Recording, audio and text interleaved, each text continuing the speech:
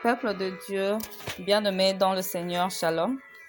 Je vous salue de partout où vous me suivez en ces moments, à travers notre grande émission Amour éternel. Bien-aimés dans le Seigneur, aujourd'hui nous allons passer de très bons moments dans la présence de Dieu. Et une chose est sûre, Dieu sera au rendez-vous. Pour commencer, je vous invite à faire une petite prière avec moi afin de recommander notre moment d'aujourd'hui dans le main de Dieu. Prions.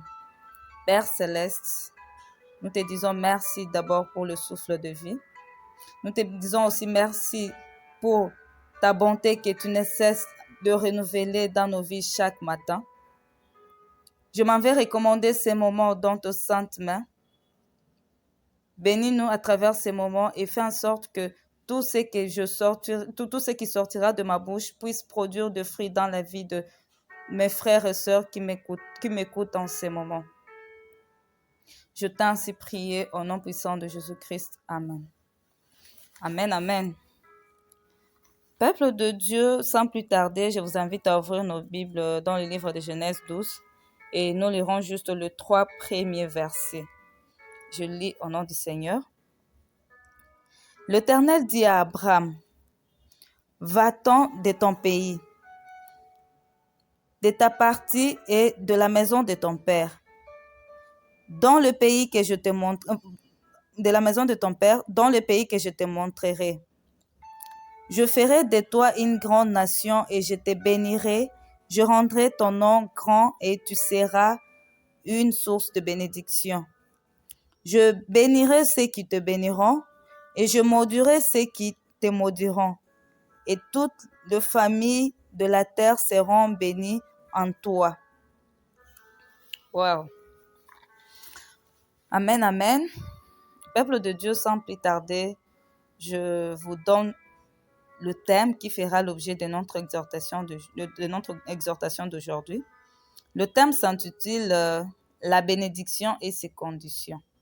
Je répète, la bénédiction et ses conditions. Pour commencer, j'aimerais qu'on puisse d'abord définir le mot bénédiction. C'est quoi une bénédiction, peuple de Dieu? Une bénédiction, c'est une faveur accordée par Dieu. On la prononce sur quelqu'un ou on la place sur quelqu'un.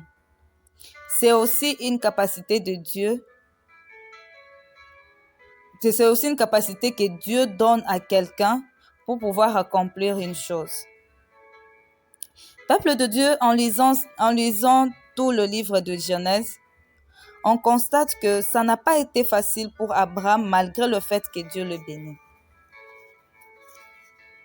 Cela n'a pas empêché Dieu malgré le fait qu'il l'ait béni. Peuple de Dieu, la bénédiction coûte très cher pour toute personne qui l'a reçue. Et non seulement elle coûte cher, mais elle est aussi conditionnelle. Dieu avait demandé à Abraham de quitter son pays et de la maison de son père parce qu'il voulait le bénir. Certains se posera la question de savoir pourquoi Dieu ne l'avait pas béni dans la maison de ses parents, mais il a préféré à ce qu'il se déplace pour qu'il puisse accomplir ce qu'il voulait accomplir dans sa vie. Bien-aimé, Dieu pouvait aussi le faire sur place. Pour bénir quelqu'un, il n'a pas besoin d'endroit. Pour bénir quelqu'un, il n'a pas besoin de regarder l'air. Dieu bénit quelqu'un partout où il est. Il ne regarde pas le timing de nous les hommes, mais il regarde son timing. Peuple de Dieu, pourtant il pouvait aussi le faire pour Abraham dans la maison de ses parents. Mais ma sœur, mon frère, je voulais te dire ceci. Dieu est un Dieu de l'ordre. Il nous prépare d'abord avant de nous bénir. La bénédiction est conditionnelle, peuple de Dieu. La bénédiction apporte toujours la différence dans la vie de quelqu'un qui l'a reçue. Alors pour vivre cette bénédiction, il y a quelques conditions à respecter. Rapidement, prenez la première condition, qui est l'obéissance à la parole de Dieu. Bien-aimé dans le Seigneur, Dieu a besoin de notre obéissance. Tout celui qui est appelé à être élevé doit commencer par obéir. Beaucoup ont retardé leur bénédiction à cause de leur résistance. Mon frère, ma sœur, quand Dieu te demande de faire quelque chose, fais-le. Une chose est sûre, peuple de Dieu, Dieu ne demande pas à l'homme de faire ce qui est au-dessus de ses capacités. S'il te demande de faire quelque chose, c'est qu'il connaît tes capacités, alors ne rate pas cette chance. Rapidement, prenez la deuxième condition qui est la dépendance à Dieu. La dépendance à Dieu, peuple de Dieu, c'est être sur l'influence de Dieu. Celui qui dépend de Dieu ne fait plus les choses par lui-même, même s'il a la capacité de faire cette chose-là. Celui qui dépend de Dieu assure sa sécurité. Celui qui dépend de Dieu prospère malgré la crise. Celui qui dépend de Dieu avance malgré la situation, malgré des problèmes. Bien-aimé, je sais que dépendre de Dieu n'est pas facile. Et je sais aussi combien cela implique. Moi qui vous parle, bien-aimé, je sais vraiment que ce n'est pas facile, mais je continue à faire mon chemin avec Dieu parce que je sais que Dieu est plus grand que les problèmes que j'ai aujourd'hui. Dieu est plus grand que les insultes. Dieu est plus grand que tout. Bien-aimés, j'aimerais vous dire une chose. Qu'on ne vous trompe pas. Dieu aime beaucoup qu'on dépende de lui. Et quand vous dépendez de Dieu, il prend le contrôle de tout dans votre vie. Même quand vous aviez l'impression de voir que votre vie vous dirige vers l'impasse, il est là. Il voit tout. Il entend tout. Il contrôle tout. Il calme aussi.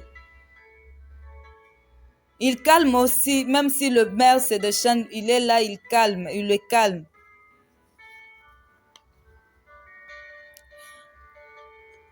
Peuple de Dieu, il agit, mais seulement si c'est nécessaire. Dieu sait qui est bon pour nous.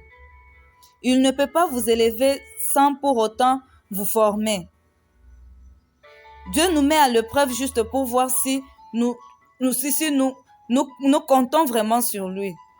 Il nous met à l'épreuve juste pour voir si nous sommes en train de grandir spirituellement.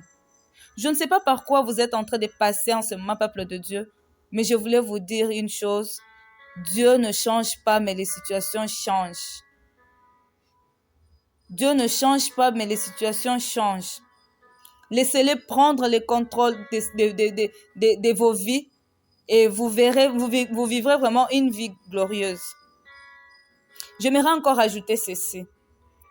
Peu importe la durée de la nuit, le soleil finit toujours par apparaître. Alors, arrêtez de vous lamenter. Arrêtez de vous agiter. Tout enfant de Dieu qui connaît son identité ne s'agite pas. Peu importe ce qu'on peut dire sur vous, peu importe ce qu'on peut raconter sur vous, je vous demande de ne pas vous agiter. Toute bénédiction est conditionnelle. Toute bénédiction est conditionnelle, peuple de Dieu. Il suffit de respecter ces deux conditions. L'obéissance à la parole de Dieu et la dépendance à Dieu. Vous verrez que Dieu prendra totalement le contrôle sur votre vie. Il prendra totalement le contrôle de votre vie. Dieu aime qu'on dépende de lui. Faisons confiance à Dieu et faites confiance à Dieu et vous verrez le résultat. Bien-aimés, beaucoup ont retardé leur bénédiction à cause de leur faiblesse. Dieu a placé un don en tout homme. Et la question que je vais vous poser maintenant va peut-être vous choquer, mais je dois vous la poser. Alors, peuple de Dieu, je vous conseille de prendre ces deux conditions en considération. Juste pour vivre une vie de bénédiction, il faut d'abord obéir à la parole de Dieu et dépendre de lui. Maintenant, la question que je vais vous poser en ce moment. Pourquoi vous vous agitez pendant que vous connaissez votre identité? Vous savez, peuple de Dieu, le diable ne combat jamais un homme pour rien. Si le diable te combat, c'est qu'il sait ce qui est en toi. Le jour où le diable arrêtera de vous combattre, là vous n'êtes plus rien aux yeux de l'Éternel. Tout enfant de Dieu qui est promis ou promise ne vit jamais une vie facile. Parfois, Dieu permet que certaines choses nous arrivent juste pour nous montrer combien il est grand. Par là, je voulais dire ceci. Dieu saisit toujours des opportunités pour faire voir sa grandeur. Tu peux être là, tu ne sais pas par où commencer pour pouvoir prier, mais je te conseillerais ceci. Notre Dieu est un Dieu qui aime de l'ordre. Notre Dieu est un Dieu qui aime former. Que la situation actuelle, peuple de Dieu, ne te décourage pas. Si le diable vous combat, c'est qu'il sait ce qui est en toi. Alors ne soyez pas en distraction, peuple de Dieu. Quand le diable cible une personne, lui, il ne détruit pas que la personne en question, mais il détruit toute une génération. Voilà pourquoi je viens vous exhorter à ne pas regretter, à ne pas se lamenter, à ne pas s'agiter, parce que votre Dieu est là, il voit tout, il contrôle tout.